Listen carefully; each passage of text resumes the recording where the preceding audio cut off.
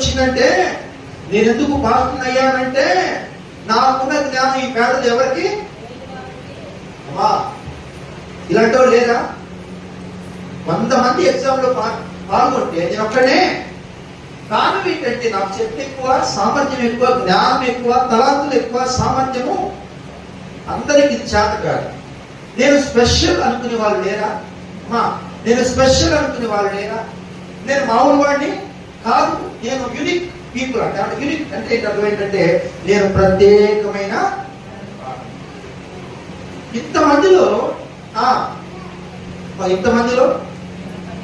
నేను ఒక్కడే గొప్పవాడిని.